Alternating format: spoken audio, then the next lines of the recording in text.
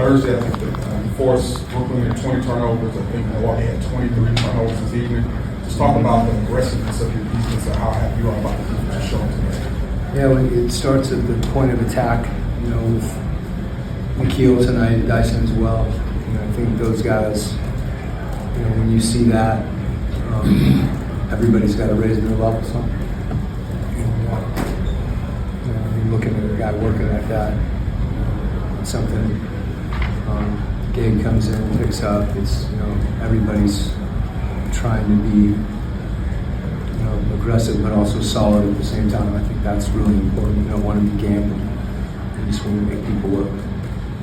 Coach, they took an 8-point deficit into the half, but I'm curious for you, what do you think the guys sort of buckled down on in terms of that defensive presence in the second half, especially that third quarter where you're able to get up? Yeah, it's hard to win every quarter. And I thought the way that Milwaukee came out, the ball was moving, they were making us go side to side, and they played well. So I think the biggest thing, for our group was, there was probably 3 or 4 times that we switched and we were too soft, and Rollins rose up and hit a shot, and Porter got downhill. There were some things we needed to not adjust, but just do and execute better. And I thought that happened more in the second half. And, when you have breakdowns, it's hard to build leads. And we cleaned up some of those breakdowns, gave ourselves a chance to score. I think maybe there was one possession, 2 possessions in the third quarter where we turned the ball over. And they were turnovers that they looked like they might end up with baskets. We had a few too many of those tonight where we didn't take advantage, but we got to the next play and were able to get a stop, and then I think we did score after that. So, that mental toughness and focus is what allows you to build a lead. Coach, how much has putting McCollum in the starting lineup helped this winning streak, and what has he provided in your locker room just in general? Well, the locker room, really CJ's, I think since he's been here, he's at the forefront of it as far as, leadership. We have a lot of guys that, they're willing to talk to each other, and guys that are willing to listen. And I think CJ's presence, when we say talk to each other, sometimes we equate that to getting on a guy and yelling, and sometimes that's the case. But we've got productive conversations that are going on, whether it's Gabe, CJ, of course, a few of the guys that are vets in this league that understand what it takes to win, because it's a hard league. CJ probably may have had his most efficient game tonight, so some of it for him is leading by example.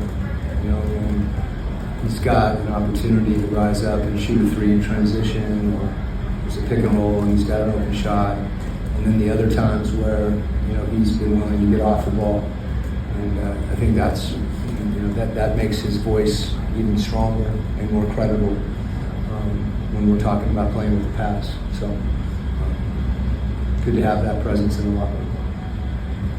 So, Coach, before the All-Star break, you guys owned a 42% rebound percentage as a team. Since the All-Star break, it's now jumped up to 55%. That's the second best in the NBA. You guys also seem to be crashing the boards a lot more, especially offensively.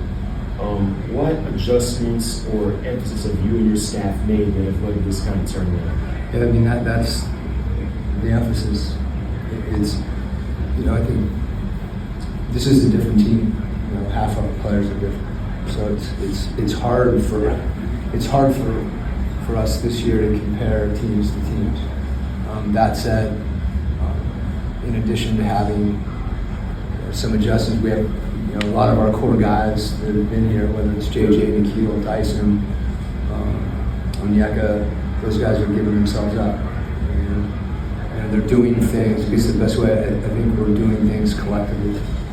There's no one player that's crashing, it's multiple guys crashing. There's no one player that's rebounding, it's multiple guys, being physical and getting bodies on people. Onyeka maybe as much as anybody. He gives up a lot. JJ should take him to dinner because he's keeping his guy off the glass.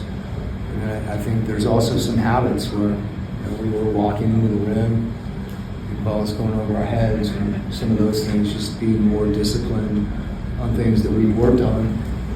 But over the course of the season, I think, you absorb things over time, and particularly when either you're not executing, when you're not doing it, or when you have some success doing it. A lot of times it gets momentum, and I think that's what's occurring.